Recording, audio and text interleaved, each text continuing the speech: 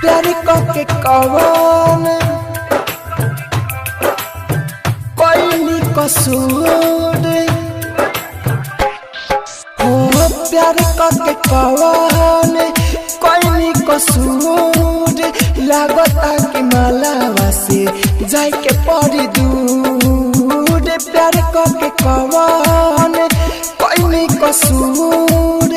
लागता कि मालावा से जाए के पड़ी दूर भारी ओकरा गइला पर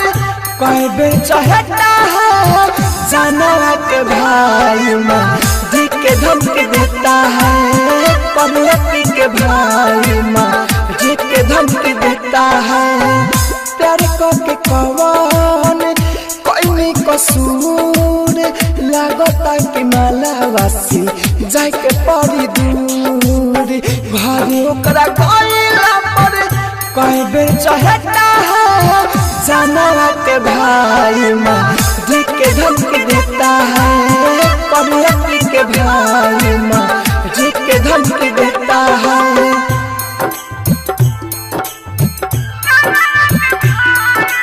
डीजे कंचन राज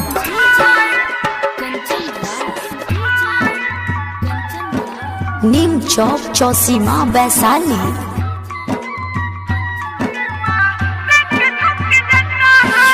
पैसे जिया बहा मौकरा बिना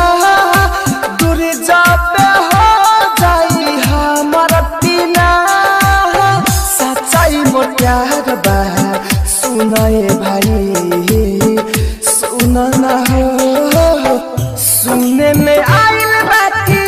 बाप कर नेता है जानवा के भाई माँ जी के धमकी देता है कमरी के भाई माँ जी के धमकी देता है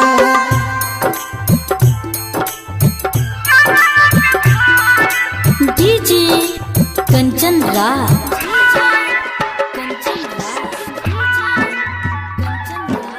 नीम चौक चौसीमा वैशाली